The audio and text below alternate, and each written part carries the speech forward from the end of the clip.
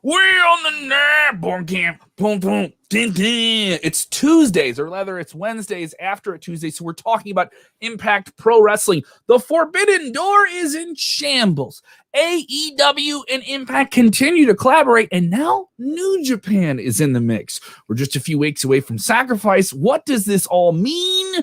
We'll get into it today on the podcast of La Wrestle Zone.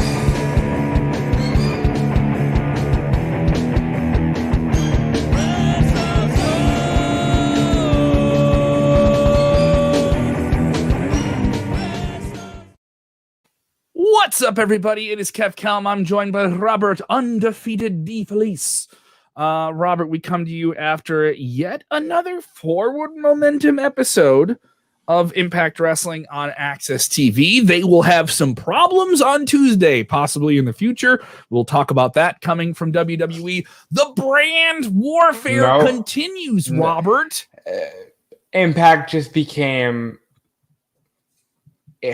Jeez. It's gonna be very it's gonna be very hard for Impact to have the same momentum on Tuesday nights should the stories that we are hearing be made true. I hope not. Let me say we'll get into it in a second, but go ahead. Yes. I hope not, because I do think let me put it like this. If NXT, which is rumored to move to Tuesdays, actually moves to Tuesdays, I think Impact has to move to Thursday. They have to. And they got to do it as soon as they can, right? Yeah, let's not play this game where you think you're on the same level as NXT. NXT becomes appointment viewing. Impact becomes back burner, and it can't afford that right now. It's in a very good place. I want to say hello to everyone joining us on Twitch for the first time. This is our first show here on Twitch, officially building up that channel. So if you're a Twitch person, you do your video gaming content on there. There's a whole bunch of music content on there I'm enjoying now. I've been enjoying people playing music videos on there. Like they do like a music video party. I've seen that recently. That's pretty fun. So we're starting to do some cool stuff there. If there's something you think we should try and do, there's some stuff we'll do on Twitch that we won't do anywhere else. So hit us up on that. So another point of entrance for you and everything. Another point of attack, because in the social media world, there are many points of entry, and you have to find a way to be in every door, in every forbidden door. Point of entry, great Judas Priest album, by the way. I'll suggest that. There you go. Another music reference. What do you think here? So we'll get into what AEW is doing. AEW Wednesday nights, they go against NXT. All right. They have now for months, since November-ish, December, have been in complete collusion with Impact Wrestling. New Japan Pro Wrestling recently joined the mix within the last month. The New Japan tag team Finjuice was on this week's episode. Kenta was on AEW a few weeks ago. You have some New Japan talent stuck in the United States with the pandemic. Where does this go? So we have Impact, New Japan, AEW all together. You had Tony Khan on this week's show of Impact Wrestling, one of his paid ads, right? The president of AEW saying that New Japan is one of us. Impact is one of us. It's us versus them. Who is the them, Robert? Who is the them that you're talking about? I honestly... it could be anybody. It could be NBA. It could be NHL. It could be the news. Because as we learned, as WWE regularly tells us, we are a content creation company and everything is competition. I love how we get so burned out on, I don't want to say corporate speak, but like these talking points that are repeated.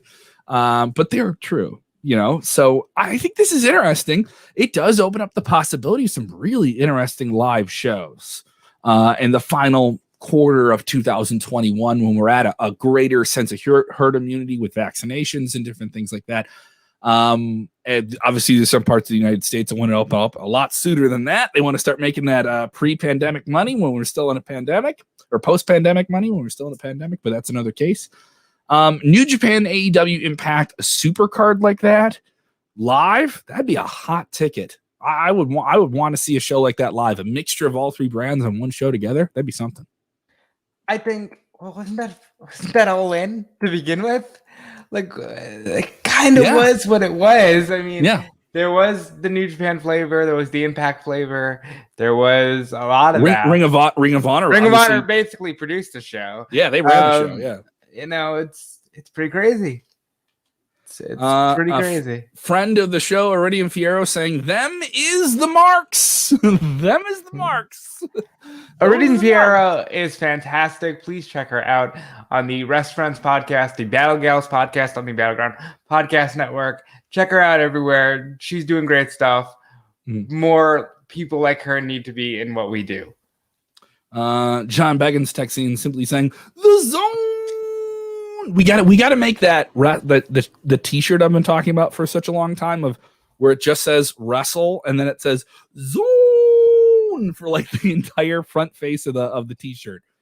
Come on, Robert, you're on graphics. Let's I'm on graphics. I don't get paid to do that damn thing related to graphics. I'm giving you more work than you want. Let's get into this week's Impact. We have a lot to cover. There is plenty going on in the world of wrestling. We mentioned the NXT thing. We'll touch on that a little bit before we're done today, but let's jump into this week's Impact episode. I got to say this.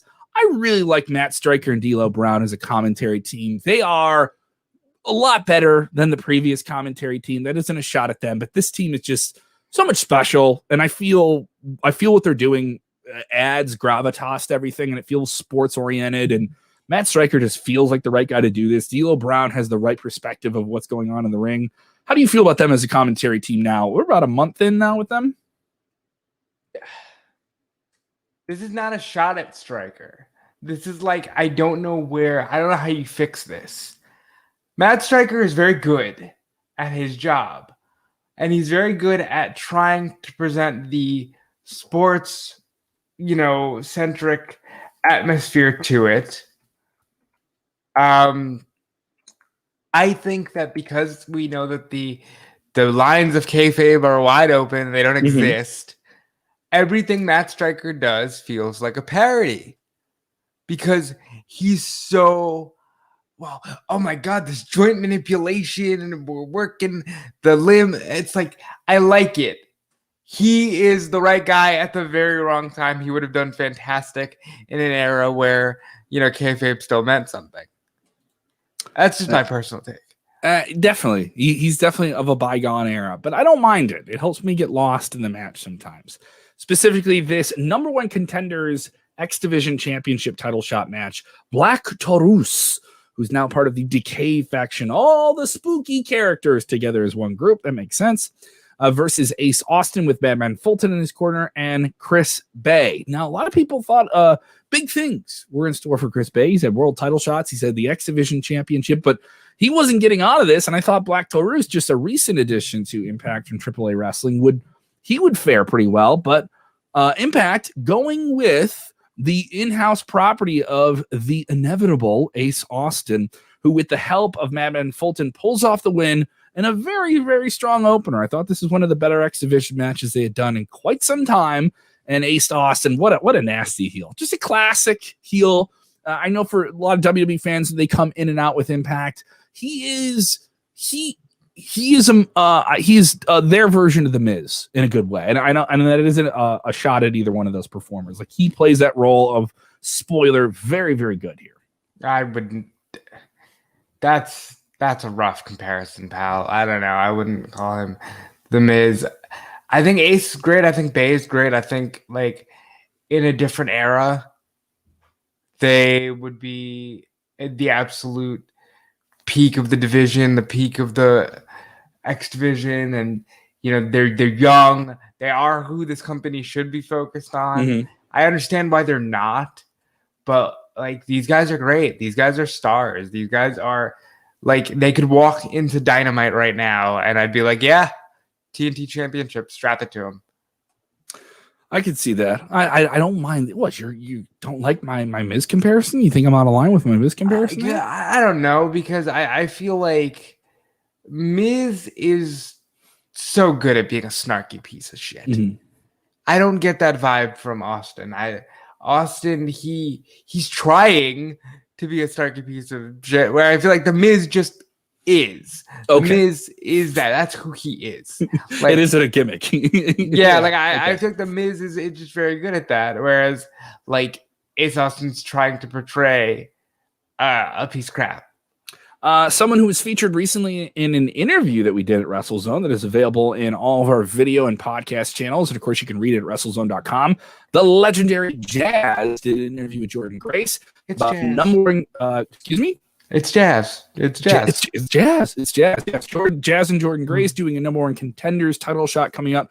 Backstage interview saying they're looking forward to it, but they don't know if Deonna Purrazzo, who took out ODB, should be looking forward to what they're going to do. Of course, later on in the night, we get a little bit of a change here as this continues. Enter Kiera Hogan, Tasha Steelz. Jordan wants to make her match against Deonna Purrazzo tonight a triple threat. So they add Kiera Hogan to the mix there. Interesting that, Fire and Flavor get added to the mix here in the main event to kind of like keep it away from just being Jordan and Deonna. And they've done a mixture of Jordan and Deonna quite a bit. I didn't mind adding Kiera Hogan to the main event here. I did. I think, listen, if it ain't broke, don't fix it. And Jordan and Deonna are great. And they're great together. And they could have easily had just like a match that you could easily say, hey, check out Impact for this great match, for this great feud. It's two triple threats on one show too. So I mean, especially without the crowd, it feels a little bit more comparable because they did it earlier in the night too. So it makes sense here. And also what the ending of the show would be, and we'll get to that. Tennille Dashwood with Caleb in her corner versus Havoc. She somehow pulled out the win here. Tennille Dashwood over Havoc. On paper, it doesn't seem like it's a fair match. Havoc's going to wreck her, but she's somehow able to do this. They exact further pain on Havoc, but Nevaeh comes out for the save. Now, if you don't know this, Nevaeh, Robert, interesting thing about a wrestling name is heaven spelled backwards. Did you know that? Whoa. Did you know that? What? Oh, stop the presses, stop the recordings. You're telling me that Nevaeh is heaven spelled backwards. Which would almost make her a hellish character. It's an inverse of good.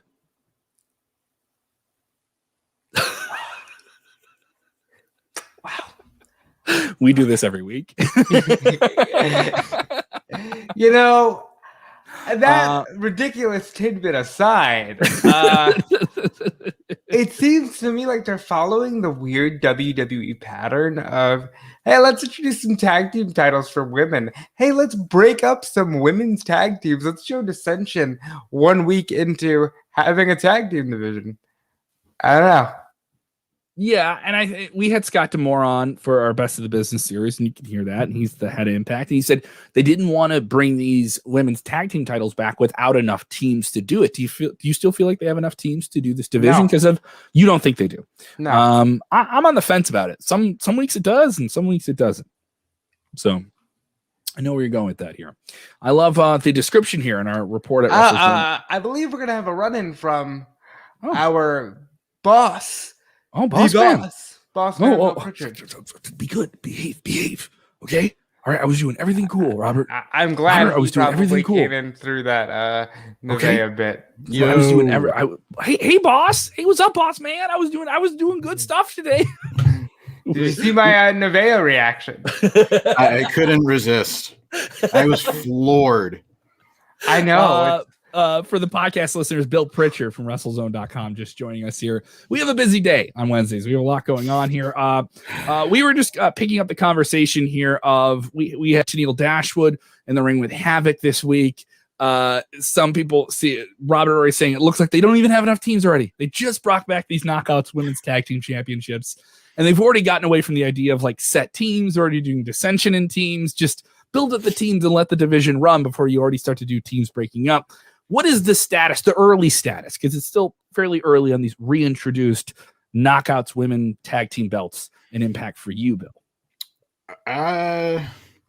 Yeah. I mean, I kind of thought, like, where did all the teams go? I don't know if COVID's preventing them from having so many teams, but you'd think maybe we could get more than one women's tag team match a week and maybe separate the singles and the tag team title more. I mean, I'm totally fine with them focusing on Jordan and Jazz as the contenders right now. Like, but Jordan wrestled Deanna this week, so it's like, how much are you building to that tag team match? Yeah. One of the teams I would love to see back is the Sea Stars. Robert loves some Sea Stars. and- He's a big fan of the Sea Stars. See, I don't even I think Bill is with me on this, and that they need a fucking tag team. So They I was going to cheap plug anyways, but I have an interview with Ashley Vox coming up. Oh, cool. And that was one of the things we discussed about, you came in for a taping, and I think it was on the same taping, but like you had 2 matches in Impact. She's been there before. She worked the one Philadelphia taping, like she was in a battle royal, and then she had a match with Disco Inferno. So that was like that whole Disco fought Tessa thing. Like I forget the timeline, but it's like, why not keep bringing them in? And I don't know why they aren't. I don't, it seemed like the tournament, like, oh yeah, all excited. And now it's just kind of like they are floundering with it a little bit. Like there's too much, there's too much formula where they don't have enough TV show to feature the heavyweights, feature the X division, the women, the tag, and then the comedy stuff. And it seems like they're trying to fit that in every week, where they should kind of have it where, the comedy stuff has a week off. The women get more promotion. The X division is more promotion. Like, and it's just very formulaic. Like, I love Johnny Swinger, but we don't need to see his casino every week. No, we don't. So, we don't need to see it at all. Like this thing should have died after Wrestle House. Like let me be clear. I love Impact Wrestling. Impact Wrestling is doing some great stuff. But this let me burn more calories shitting on it. This company needs to stop. Like, it needs to stop this ridiculousness. If you've got talent that you can use in an in-ring capacity, put them in the ring. You keep saying it's not about weight limits, it's about no limits. I don't see a weight limit on Fallah Bahh. Put them in that X division. So what are you doing? Why are we like in this weird? And it's the Impact Wrestling Variety Hour with Johnny Swinger and the Swingerellas. It's like, stop this. Robert is lit up today. What do you got there, bro? Oh, this is my mixer. I'm setting up for the Cody Rhodes media call in about All right, so we're gonna have an AEW. Is that the AEW Revolution media call for? That is the. Yeah, it's more like the Shaq media call. It's a Shaq. You guys both put it at the same time. I'm gonna try to ask him something that's not about Shaq, because I'm sure he's talked about it enough, and I know that's what they want to promote tonight. I'm already watching, so. I have a suggestion. I know we're on a stream and we're talking about Impact, but I have a suggestion to ask him in this media call. Is he going back to Impact? No, that's the question. They showed him on the replay on Twitch. I mean, that's like, they don't confirmed. have the other guy anymore that he gave the parking space to. You can have that parking space now, Cody. I bet he gets a parking space in Nashville if he wants one. I guarantee Cody's got a parking space in Nashville. Probably already has one. Come on, he's not using it. Yeah. I would. I always want to ask this question of anyone with AEW. When are they going to get content on HBO Max? You're in bed with Warner Media. Get that thing on the streaming service, on a big streaming service. A lot more people have HBO Max than they do have BR Live, which is where they're putting pay-per-views out digitally. Nobody has BR Live. Because you got to pay for the live feed. So it's I've never watched it except for pay-per-views. Do you only do you only get it through Fight and stuff like that? I know. No. Like, I buy on BR Live because like my spare room is a Roku TV. So the BR Live app is like just really easy to use, but then Fight just added to Samsung. So it's like, if I want to watch on there, like, nothing against Fight, I love them, but like the casting wasn't working for a while. Okay. Yeah. And it was just very like laggy. But now they added it to Samsung TVs, like the native app, so I don't have to cast. I could just watch on there. So that's something to consider. HDMI cords never failed me, man. That's what I do. HDMI cords never failed me. That's what I've stuck with the whole time. Getting back to Impact and what is going on with them. Sammy Callahan, our very own Dominic D'Angelo, I believe, did results this week. Yes, he called it a wacky hack camera shot. What a way to describe it. as Sammy Callahan attacked Trey Miguel's trainer in his training facility with a steel chair and nearly smashed the back of his neck before Sam Beal got in the ring. And Sammy Callahan said, "Don't look at him. Don't look at your trainer whose neck I almost just broke. Why don't we just go over here and talk to me?" He's still the devil man. He's still the devil in Impact Wrestling. I think this is on paper a fairly big angle for them to build to, but it doesn't feel as hot as it should, right? It doesn't feel as like sizzling on the grill as it should, Robert. What are they going to do? Say your friends left you for WWE? They chose Paul over you? So he sort of like alluded to that before. They did it. I know, but it's like, I kind of like what Sammy's doing. Exactly what Bill said. It doesn't hit as hard with these dudes without. Hold on, let's just try that sentence all over again. Look, Sammy's great, but he needs a good foil. Eddie Edwards is a good foil, but they can't go back now that they've sold the barbed wire N64 controller on eBay there, so they can't have that again. So Sammy's just got to walk around and say, like, "Give me something, I'll wrap it in barbed wire. I'll hit somebody with it. We sell it on eBay." Like, right, here's an idea. Really, why can't Sammy, why can't Brian Myers ditch Hernandez and link up with Sammy? That would be cool. Boom. There's your end. I would be so. And then I'm more into that than anything having to do with Hernandez.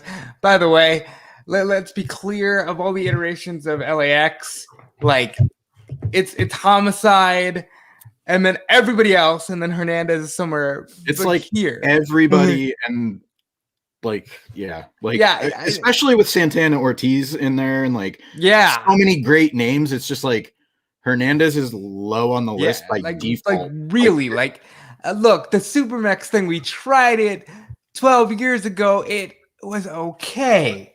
But this thing with him and Brian Meyer, it doesn't click for me, man. It doesn't do it for me, dog. Well, it was the thing that we need those clicks. There you go. There you go.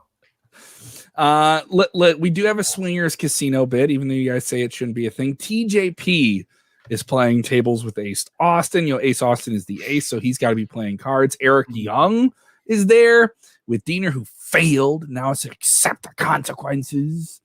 So we have that backstage fun. And then, as I kind of already covered this, but I definitely want your take on it, Bill, is we get our paid ad here from Tony Khan. Quickly, though, give us your take on this, because we kind of covered this in our opening, as things continue to get more turbulent with wrestling in the pandemic. It's a multi-pronged thing here, as we have the report yesterday that NXT is potentially, that is not confirmed by the company or their partners in NBC Universal, WWE's TV partner, that NXT could move from Wednesdays to Tuesday nights, and they would no longer be in direct competition with AEW Dynamite, but rather would be in direct competition with Impact Wrestling. Now, on this week's show, you have AEW's president saying, in this collusion that they have together with New Japan Pro Wrestling and Impact now, that they are one. They are all together. It is us versus them. The potential for supercards at the end of the year of these three brands together is pretty exciting. Where do you see this thing going? What's your take on it? I really hope we get a Stone Cold Steve Austin vest and Shamrock or beer goggles in 2 weeks, because Tony's done the hearts. He's done the heart glasses. Yes, his outfits are getting progressively more ridiculous. We're in March. Yeah, and Impact airs on 3/16 in 2 weeks. Oh, hell yeah! If we do not get some Steve Weisers or some goofy glasses, everybody's Irish on St. Patrick's Day. I know Tony watches this show. Do it up. That's your take. Can somebody tweet Tony and tell him to start watching the show? Give us a big old retweet. We got that TK bump. No, I will go back on point. I feel bad for Impact. I almost want to be like NXT, go on Thursdays, but they can't because they know football is coming back. Yeah. And that's a big night on NBC. That's traditionally been their primetime sitcom night. They always pushed Thursday as that block. Friends was on for years. The Office was on Thursdays. Parks and Rec. I don't know, a different channel. Must-see TV. That's NBC. Yeah. I think they aired back to back. That was the 8 o'clock hour for like a few years. But like that's always, that's not going to be an option because now with the Peacock thing, you got to think like people are going to want to watch Tuesday. Like I think Tuesday nights is NBC's Chicago PD MD. I have a feeling FTW block. I have a feeling NXT is moving. Too many acronyms in Chicago. Screw wrestling. When is Law and Order SVU going to fight Chicago Fire? When are they going to have an interbrand match? Okay, if we're going there, Chicago Fire and Chicago PD, all one show. They Chicago suck. won. They suck. SVU, anytime they cross over, it's like the Arrowverse crossover shows. You don't need to watch them. It's fan service done poorly. Okay. Like I am a huge fan of SVU. I've been watching since it premiered. Yes, I was like for life. I was like 14 years old watching Law and Order SVU from the beginning. Stabler's coming back. They aired a brand new promo, like it was all heartfelt. It was like Triple H coming back from his quad injury, like levels of fucking awesomeness. I almost shed a tear last night when I saw it. And that's just been on for like 23 years, hasn't it? 21. It's renewed for 24. Oh, that's what you shoot for. They survived premiering on a Friday night. They moved to Tuesdays and they've aired on Tuesday, Wednesday, and Thursday. If NXT wants a blueprint to success, they pay attention to SVU. True, and SmackDown's jumped around as well and has been, pretty successful with it. So it's not, moving to a different night isn't the worst thing for a show. I just melted Robert's mind. He's like, how do we get NXT SVU? I worry that NXT... this parking, Ice-T just comes in and said, listen, this parking lot is dangerous. And people are we're already building towards rappers versus wrestlers. That's a different podcast entirely. There we go. Look, I just worry that NXT on Tuesday nights is going to disrupt a lot of the flow. Like Impact, I got caught up in the first 5 seconds of this podcast because I was going to just basically say Impact is completely in the ground if NXT goes to Tuesday. And that's not like, that shouldn't be the case. But obviously, nobody at NXT is thinking, well, we got to be fair to Impact. They might take AEW into consideration, but then nobody's worried about being fair to Impact Wrestling. They've got to find a better way. I think they should go on Thursdays. I think Impact should go on Thursday. They need to, pardon the pun, own the night of whatever night they're on because they won't survive. We share the night. Yeah, not to mention they don't have to worry about NBC or any kind of partner issues, and they're not competing with football. Yeah, it's the thing with WWE has always lost ground to football. Yeah, and they also have to compare that. Like they have those partners, they're a third party with a major partner, just like AEW is with these other groups. If NBC has something like that, like we have a question here from James Espanto Fernando Taguay, who's with us on every single show. Thank you, James. He goes, what happens to Raw and NXT when the Olympics happen? So, I mean, like that happens in the summer. They are going to do them. Where do they get bumped Nothing around? Happens. Yeah. SmackDown's on NXT's on Tuesdays on USA. Raw's, I've never seen Raw get bumped for anything that wasn't a pet show. So, but the Olympics is different. Like the Olympics is completely different. Yeah. So I know they like put it on NBC Sportsnet or whatever it was. And you don't have NBC Sportsnet. They've just aired. Did they just put it on NBC? Like, I don't know. Look, yeah, they would do network. But the thing is, with the Olympics, there's so much going on at one time. They would do multiple channels with it and stuff. But that's what you call Peacock. Because hold on. Stephanie McMahon did say with Peacock, the Olympics is every 4 years, the Super Bowl is every 2 years, and WrestleMania is every year. Puff the chest on Peacock. Yes, on Peacock. It's like saying Peacock, don't you? You little devil. No, it's. I love the corporate speak so much, Kevin. I live for it. Can we get into the biggest match I think on this week's Impact? This is Jordan Grace and Deonna Purrazzo already. we will get to the main event, but I thought this was the strongest match. It built to something. It created a fresh angle that I think is exciting. And that is the Good Brothers and the introduction of a new team, a very, very fresh team, and a very active way. Finn Juice from New Japan Pro Wrestling. Good Brothers Finjuice working together against XXL, Triple XL, and Reno Scum. The Good Brothers and Finjuice get the win here, but obviously the tease is we get Finjuice versus Good Brothers. Finjuice really jumping the line here, getting right into it with the Impact Tag Team Champions, Bill. I'm excited for this. I have to say I didn't really expect it. So once again, they're building Sacrifice to actually mean something. I feel like that's going to main event. Let's be fair. Like, we've said what we thought about Moose and Rich Swann. Like, we get into all that. But this is like one of those dream matches, transcending. Like, they're going to put all the buzzwords they can on it. Like, that match should main event.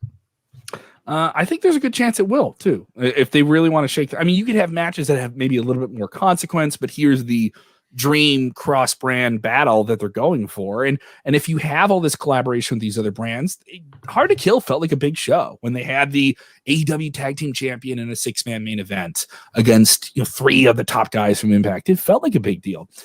So yes, New Japan Pro Wrestling's Juice Robinson and David Finlay, yes, the son of David Finlay, taking on Machine Gun Carl Anderson in the Big LG for the Impact Tag Team Championships at Sacrifice on Impact Plus, coming up here on the 13th. At this point, the revolution, not revolution. What's the Sacrifice? Rebellion. The one in April. That's got to be headlined by Gallows and Anderson against the Bucks, right?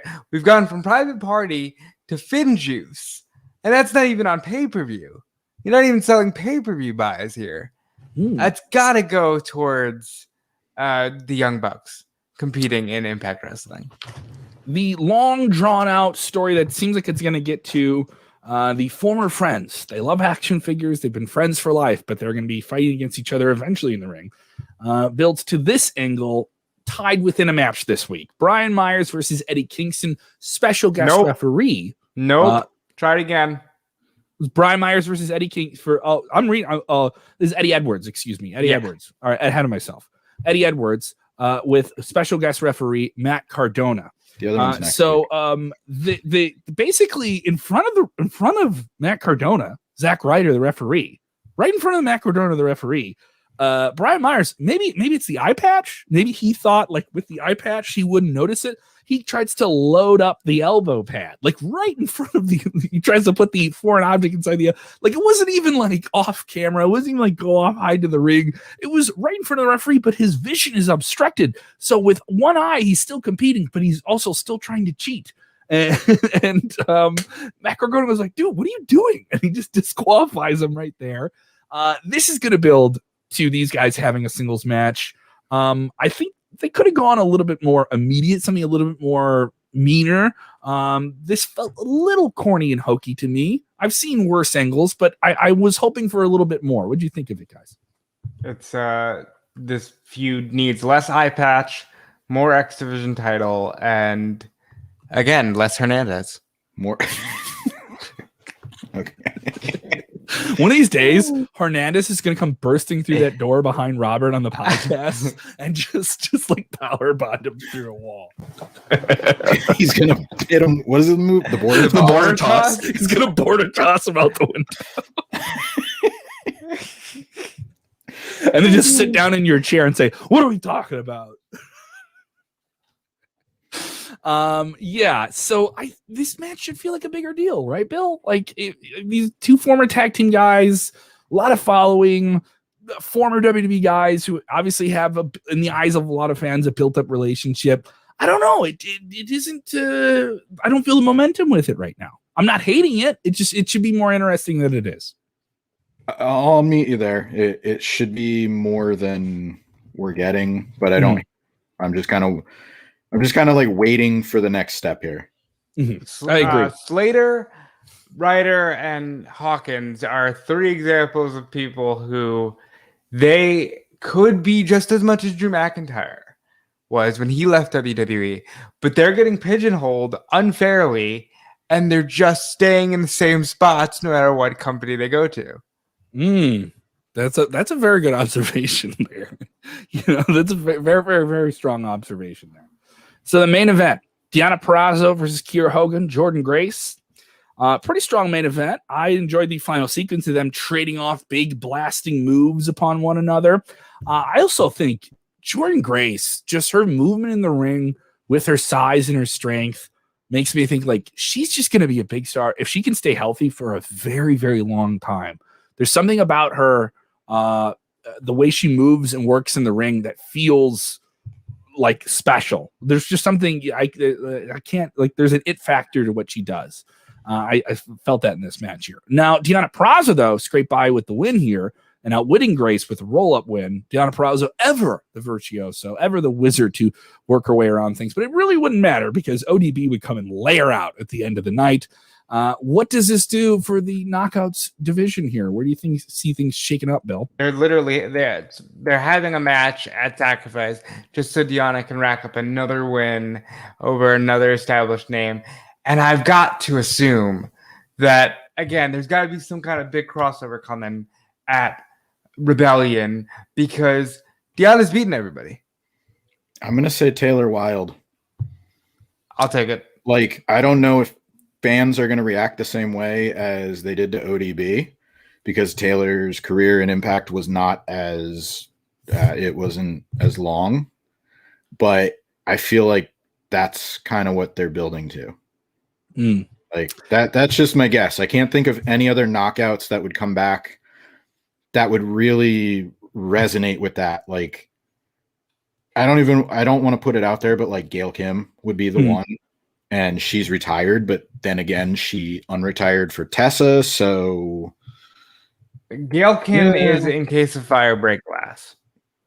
True. But what if it was like Gail said, "Hey, I do want to do this match again"? Yeah, we're not going to see Tessa Blanchard come to Impact anytime soon. No, I said Gail's in case of fire break glass. I know. I'm just putting it out there in terms of people that could come back and make this. She's gone through everybody, scenario. So I don't see that. Or maybe somebody jumps over from AEW if you want to continue. Again, it's got to be like some kind of maybe a crossover there. Maybe there's a Britt Baker. Britt and Deonna have a thing. They got a friendship. Yeah, they're cool. They're friends. Britt Baker needs a title. AEW's not giving it. What do you got, Bill? What if they listened to my idea? Because I know Impact always watches the show. Oh, always, all the time. What if they're building Deonna up to just be like, I've beaten every single person that I can here. I'm going to Wednesday nights. Like I'm going to fight Thunder Rosa. I'm going to fight Britt Baker. Like, Robert just said Britt Baker. So what if? There's the NWA, right? Like we all like the NWA, right? Okay, let's be fair. AEW can work with the NWA. The NWA is back. That's awesome. Like, good news for them. There's like Impact is like, yeah, the doors are open, but like, there's so much that I feel like would have to be explained for Impact to work with the NWA as far as like continuity. And why would Deonna go there when like the NWA has two people on the roster that I know of? They have Thunder Rosa's under contract. Camille, I believe, is under contract. I don't think they have any other women under contract because Serena is AEW talent. So I feel like AEW's women, like their division, they could be like, hey, Deonna, we have a bunch of people you could work with before you get to Britt, before you get to Thunder Rosa, before you get to Riho. Or they could just jump to Riho. Who knows? Absolutely. So fairly middle of the road episode of Impact. I'm not saying I didn't like it. I thought Finn just being there felt special. It felt like they were treated like a special thing. We didn't get Rich Swann and Moose, who are the world title program going into Sacrifice. We got a video program with them, but we didn't get a big presence of them in the show. I thought this was a pretty strong episode. I'm going to give it a 6.5. I say definitely seek out that 8-man tag team match. Some fun angles in between, but nothing super big off the page about this week's Impact Wrestling. Yeah, 6. Yeah. It's very. This is an episode of television, and look, I'm gonna be real, gonna be honest. Love Impact again. Been watching since 2002, all that good stuff. You can catch this one through clips on YouTube. You ain't missing much. Okay, and it's fair. It's a fair look at things. I mean, but let's be real. there are times where it's like, dude, Impact killed it. Impact was great. Last week, Impact had a phenomenal show last week. This week, not so much. And look, I'll say the same thing about a lot of episodes of Monday Night Raw. Yeah, there's some inconsistency. Where how do you keep it hot every week? And that, I think that's just hard with television in general. Wrestling has the challenge of doing it every single week, and there's that's to be said here. Bill, we got plenty of extra additional things this week. We just dropped interviews with Jazz recently, and we just dropped one today with Big Money Matt ahead of AEW Revolution this weekend. What was that conversation like? Hold on, my AEW webinar is taking over. What'd you say? How was your conversation with Big Money Matt Hardy this week? We have that interview. It's up now. People can check it out. WrestleZone on our website and on our video and podcast channels as well. It was fantastic. It's up live. We'll have quotes and stuff later, but it was really fun to get a chance to catch up with him, talk a little bit about some in-character stuff, some just thoughts on working with Private Party, the idea behind his debut, what went right, what he thinks in hindsight. So that's really cool. Check it out now. I'm gonna have to sign off because I got to log into there. So we're all out of here. Yeah, we're all out of here, pal. We're out of here, pal. Bill, you can give him a follow on the Twitter machine. Impact was a 6. Impact was a 6. I can't leave without giving my score. There you go. Thank you, Bill. I felt like we all had the Richard. same idea of the scores. I felt like we were moving on from that. All right. Thank you, Bill. You can follow him on the Twitter machine at BP Pritchard 152. Robert D. Felice, you can follow you at Dude Felice, correct? You can check me out everywhere on the socials. I'm at Dude Felice. Check me out over at Fightful.com. Check me out over at Smart Out Moment. I was going to say WrestleZone, but I'm here. So, for our Twitch viewers as well, definitely subscribe to the channel if you're just catching this for the first time. If you're a Twitch active person, check us out. Wait a minute. If you're on Twitch, go to twitch.tv/FightfulGaming. Jeremy Lambert and Joel Holbert and Joe Pearl doing great things over there. Mm-hmm. Subscribe, and we will see you. I'll see you in the next one. Mm-hmm. Robert, tell them the thing they're supposed to do when they watch wrestling. Oh, yes. That's God. Come on. Are you worried about Hernandez coming through the door and power bombing you? Complain about the X Division. Complain about the C-Stars. Watch wrestling. No. Enjoy wrestling.